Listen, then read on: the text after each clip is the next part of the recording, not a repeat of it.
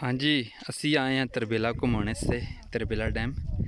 Tarbela dam थले लथा है। मेरे नाल कज़न भी ने, भांजे भतरीए ते पुत्रे ने। छोटा भाई मेरी वीडियो बना रहा है। वो उत्ते साड़ी गड्डी खलती है। ये इलाके जी जिलारीपुर है। असी आए हैं थले है सारी हूँ तरबेला डैम लथे मई अज मई दी 27 तरीक 27 तरीक ना सन सॉरी 27 पहले कितनी है 21 अज 21 तरीक है।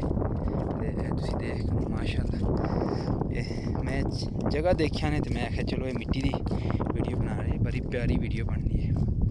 तो मेरा यूट्यूब चैनल है लेकिन मैं व्लॉग कदे नहीं बनाया, मसला है तो इंशाल्लाह शुरू करसा। तो तुसां सारे दोस्तों रिक्वेस्ट है मेरा चैनल सबसक्राइब करो, लाइक करो।